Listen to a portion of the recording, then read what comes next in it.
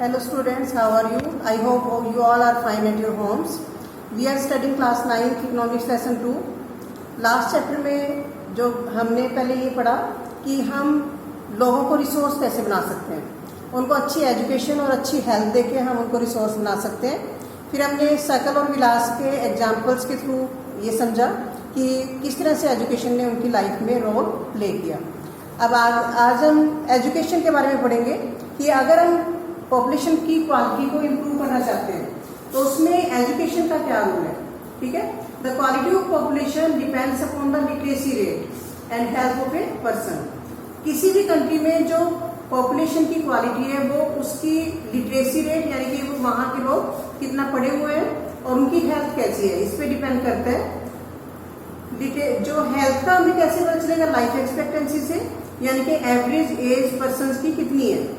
अगर किसी कंट्री में हेल्थ के डाटा अच्छे हैं तो लाइफ एक्सपेक्टेंसी अच्छी होगी, यानी कि लोग ज्यादा एवरेज लाइफ वहां पे होगी, वरना कम होगी। ऐसे ही जो लोगों में स्किल कैसी है, अगर लोग पढ़े लिखे होंगे तो वहां पे लोगों में स्किल ज्यादा होगी।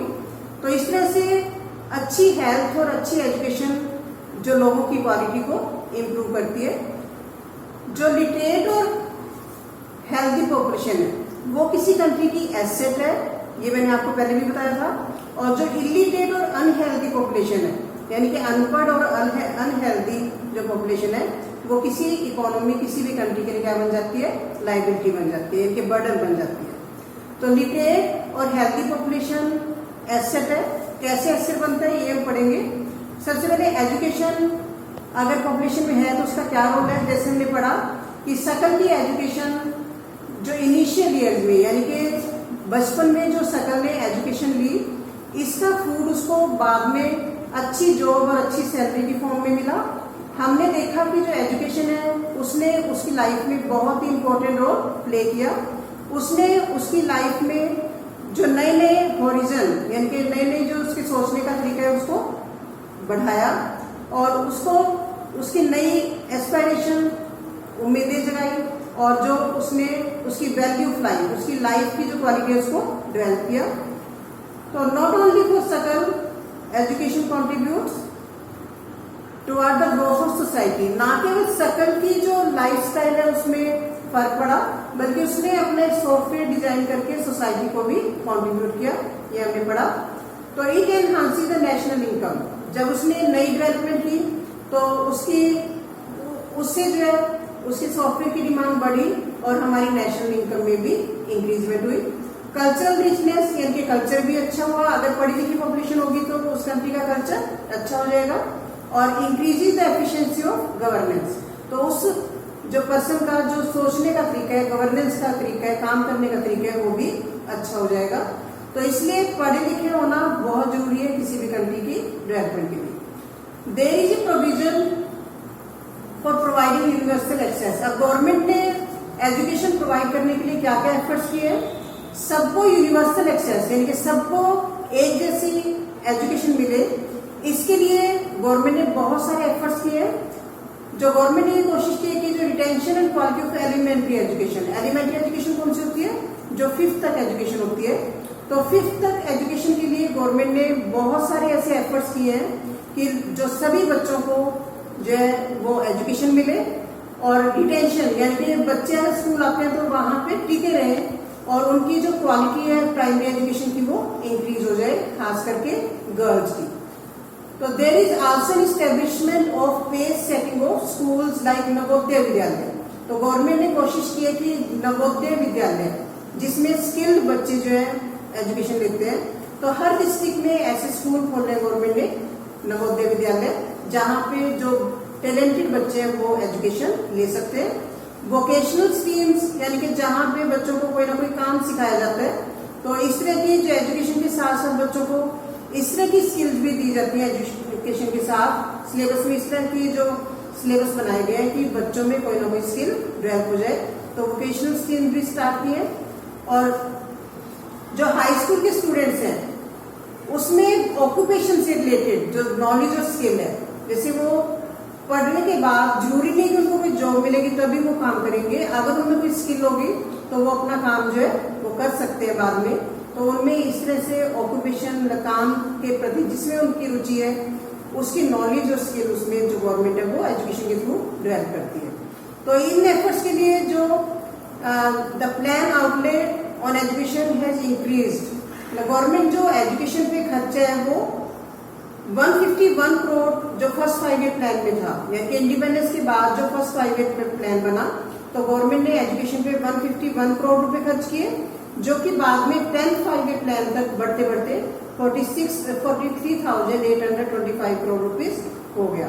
यानी कि एजुकेशन की वैल्यू को देखते हुए गवर्नमेंट ने जो एजुकेशन पे खर्चा बढ़ा दिया और द एक्सपेंडिचर जो इतना बढ़ाया इससे हमारे कंट्री की जो इनकम है यानी कि ग्रॉस डोमेस्टिक प्रोडक्शन है जीडीपी है वो बढ़ के 0.64% से बढ़ के कितनी होगी 3.98%। तो ये फर्क पड़ा, यानी कि जैसे जैसे हमारी कंट्री की पॉपुलेशन एजुकेटेड होती जाएगी वैसे वैसे जो हमारी कंट्री की इनकम भी बढ़ती जाएगी। तो ह्यूमन बीइंग जो है पॉजिटिव एसेट है, किसी भी कंट्री में रहने वाली जो पॉपुलेशन है वो उसको हम एसेट मान के अगर हम चले तो इससे हमारे कंट्री की जो बहुत ज्यादा प्रोग्रेस हो सकती है, लेकिन उस पॉपुलेशन को हमें बहुत ही ध्यान से जो वो नर्चर मतलब जो उनकी देखभाल करनी पड़ेगी, उनको बहुत ही टेंडरनेस से बहुत ही केयर से उनको जो है एजुकेटेड करके उनको अच्छी स्किल देके उनको जो अच्छी हेल्थ देके उसको जो है बढ़ाना पड़ेगा, तभी जो है वो कंट्री के लिए प्रोग्रेस में कंट्रीब्यूट करेगी। वरना इतनी बड़ी पॉपुलेशन किसी भी कंट्री के लिए क्या बन जाएगी, लायबिलिटी बन जाएगी। तो हमारे कंट्री की जो गवर्नमेंट का यही एफर्ट है कि हम इतनी बड़ी पॉपुलेशन को क्या बनाए, एसेट बनाए। तो इसमें देखो ये जो ग्राफ है ये शो कर रहा है कि इसमें टोटल पॉपुलेशन कितनी लिटरेट है, मेल कितनी लिटरेट है और वुमेन कितनी लिटरेट है। तो 1951 में अगर हम देखें तो जो टोटल पॉपुलेशन भी मेल भी और फीमेल भी ये लिटरेसी रेट है इसका 30% से भी कम है, लेकिन 2001 तक आते आते ये जो डाटा है सारा ये जो डाटा है यानी कि टोटल पॉपुलेशन भी मेल की पॉपुलेशन भी और फीमेल की पॉपुलेशन सबकी पॉपुलेशन बढ़ गई, ठीक है। लेकिन अगर हम कंपैरिजन करें तो मेल पॉपुलेशन ज्यादा लिटरेट है और फीमेल पॉपुलेशन अभी भी मेल के कंपैरिजन में कम लिटरेट है। तो इसमें हमें कुछ सुधार करने की जरूरत है। तो जैसे हमने पढ़ा कि जो एजुकेशन में जो गवर्नमेंट ने इन्वेस्टमेंट की उससे हमारी जीडीपी इंक्रीज हुई। तो जो बजट का जो एस्टिमेट है जितना भी गवर्नमेंट बजट में खर्च करती है उस पर एक बहुत बड़ा हिस्सा जो लिटरेसी पे गवर्नमेंट खर्च करती है अपनी पॉपुलेशन को एसेट बनाने के लिए। तो लिटरेसी रेट जो है वो इंक्रीज होकर हमारा 1951 में जो 18% था वो बढ़ के कितना हो गया 65% 2001 में, यानी कि 65% पॉपुलेशन हमारी पढ़ी लिखी है। लिटरेसी जो है ये सबका राइट है, ठीक है, और ये it is also needed if the citizens are to perform their duties and enjoy their rights. तो अगर पॉपुलेशन एजुकेटेड होगी तो उनको अपने राइट्स और ड्यूटीज दोनों ही पता चलेंगी। जो इलिटरेट पर्सन है ना उसको अपने राइट्स पता होते हैं ना उसको अपनी ड्यूटीज पता होती है। तो इसलिए ये नोटिस किया गया है कि अगर पॉपुलेशन में लिटरेसी है तो वहां की पॉपुलेशन जो अपने डिसीजंस अच्छे ले सकती है। तो लिटरेसी जो है वो मेल में 50% है, 50% जो फीमेल से हायर है, यानी कि मेल पॉपुलेशन ज्यादा लिटरेट है और फीमेल कम है। तो लिटरेसी रेट में हमें डिफरेंसेस देखने को मिलते हैं। एक तो हमने देखा कि जो ईयर वाइज पॉपुलेशन में जो लिटरेसी रेट बढ़ रहा है, इसके अलावा जो फीमेल है वो कम लिटरेट है और मेल ज्यादा लिटरेट है, और अर्बन एरिया में लिटरेसी रेट रूरल एरिया के कंपैरिजन में ज्यादा है। तो लिटरेसी रेट जो है वो डिस्ट्रिक्ट वाइज भी वेरी करती है। केरला जैसे डिस्ट्रिक्ट में 96% पॉपुलेशन लिटरेट है, जबकि मध्य प्रदेश के कुछ एरियाज ऐसे हैं जहां पे केवल 30% पॉपुलेशन लिटरेट है, बाकी 70% इलिटरेट है। तो प्राइमरी स्कूल सिस्टम को जो है वो एक्सपेंड किया गया है। 5 लाख जो स्कूल है वो विलेजेस में खोले गए हैं, लेकिन स्कूल्स खोलने तक ही जो है वो काम जो है वो खत्म नहीं होता। Unfortunately this huge expansion of schools has been diluted by the poor quality of schooling. लेकिन गवर्नमेंट ने स्कूल तो खोल दिए, लेकिन वहां पे बच्चों की जो स्कूलिंग है, बच्चे स्कूल ही नहीं आते, और अगर स्कूल में एडमिशन ले भी लेते हैं तो वो बीच में जो अपनी स्टडीज को छोड़ जाते हैं। तो सर्व शिक्षा अभियान जो है ये इसमें गवर्नमेंट ने एफर्ट किया है कि जो बच्चे हैं वो कम से कम एलिमेंट्री एजुकेशन यानी कि 5th तक जो एजुकेशन है, यानी कि 6 क्लास से लेके 6 ईयर से लेके 14 ईयर के जो बच्चे हैं जो प्राइमरी एजुकेशन लेते हैं, वो कम से कम जो स्कूल में आके एजुकेशन ले, इसलिए गवर्नमेंट ने बहुत सारे एफर्ट्स किए। तो ये जो सर्व शिक्षा अभियान है, ये टाइम बाउंड इनिशिएटिव है। सेंट्रल गवर्नमेंट ने इसको शुरू किया है और स्टेट गवर्नमेंट के साथ मिलके या लोकल गवर्नमेंट के साथ मिलके जो ये एफर्ट किया गया है कि जो पूरे इंडिया में ये सर्व शिक्षा अभियान चलाया जाए और जो बच्चों को मोटिवेट किया जाए कि वो स्कूल में आए। तो इससे एलिमेंट्री एजुकेशन यानी कि जो प्राइमरी एजुकेशन है वो यूनिवर्सलाइजेशन होगा, उसका सभी को मिलेगी। और तो ये बहुत बड़ा एफर्ट है गवर्नमेंट का, ताकि जो बच्चे जब 5th क्लास तक पढ़ने में उनकी रुचि हो जाएगी तो आगे के लिए वो मोटिवेट होंगे पढ़ने के लिए। इसके अलावा गवर्नमेंट ने ब्रिज कोर्सेज, मतलब छोटे छोटे ऐसे कोर्सेज जो बड़ी एज के जो बच्चे हैं उनके लिए शुरू किए हैं। और बैक टू स्कूल कैंप्स यानी कि स्कूल में वापस लाने का काम जो है वो गवर्नमेंट स्कूल के जो टीचर्स हैं, स्टाफ है, वो एफर्ट करके उनको स्कूल में वापस लाने का काम करता है। और उनकी जो एनरोलमेंट है, उनकी जो अटेंडेंस है वो एलिमेंट्री एजुकेशन में वो बढ़ाने की कोशिश की है। इसके अलावा गवर्नमेंट ने मिड डे मील स्कीम शुरू की है कि स्कूल में ही बच्चों को जो है वो लंच दिया जाता है, मिड डे मील दिया जाता है, ताकि जो बच्चे हैं वो खाना खाने के बहाने जो वो घर ना जाए। और कई बार क्या होता है कि खाना खाने के लिए बच्चे जाते हैं और वापस नहीं आते, तो उनकी अटेंडेंस जो वो पुअर होती है। तो अगर स्कूल में उनको खाना मिलता है तो उनका न्यूट्रिशन भी उनको अच्छा मिलेगा और जो वो पूरा दिन स्कूल में जो है उनकी अटेंडेंस रहेगी और बच्चे रिटेन रहेंगे स्कूल में, जिससे उनका की जो है वो एजुकेशन लेवल भी बढ़ेगा और उनका न्यूट्रिशनल लेवल भी बढ़ेगा। तो इस वजह से गवर्नमेंट बहुत लार्ज स्केल पे एफर्ट कर रही है। तो 10th प्लान 5 प्लान जो है उसमें बच्चों का जो एनरोलमेंट है 18 ईयर से लेके 23 ईयर्स के जो एज ग्रुप के बच्चे हैं, उनका भी जो उस पर भी जो गवर्नमेंट ने बहुत एफर्ट किए है, तो उसमें भी एनरोलमेंट बढ़ाया है। और इसमें जो है गवर्नमेंट ने उनको एक्सेस यानी कि सबको वो एजुकेशन मिले, उसकी क्वालिटी को इम्प्रूव किया है। और जो स्टेट स्पेसिफिक करिकुलम मॉडिफिकेशन है कि स्टेट वाइज जो सिलेबस है उसमें मॉडिफिकेशन किए हैं। वोकेशनलाइजेशन वोकेशन कोर्सेज शुरू किए हैं, इसमें उनको कुछ स्किल दी जाती है।